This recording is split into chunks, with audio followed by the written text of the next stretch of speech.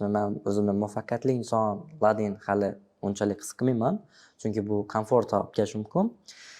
Nechun yosh haqida yozganman? Sababi men birinchi marta shu 2022-yilda bizga kirib kelgan vaqtim 19-20 yosh bo'lish arafasida kirib kelganman va shu darajada ko'p heytlar bo'lgan va eng kulgili tomoni bu heytlarning hammasi sababi yoshima tegishli bo'lgan.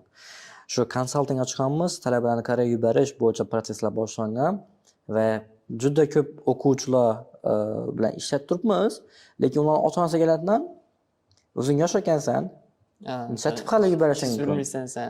O'zing ishab hali prosesni bilmaysan. Mana juda ham shu yoshim bo'yicha yoqimsizroq vaziyatlarga solib qo'yganlar.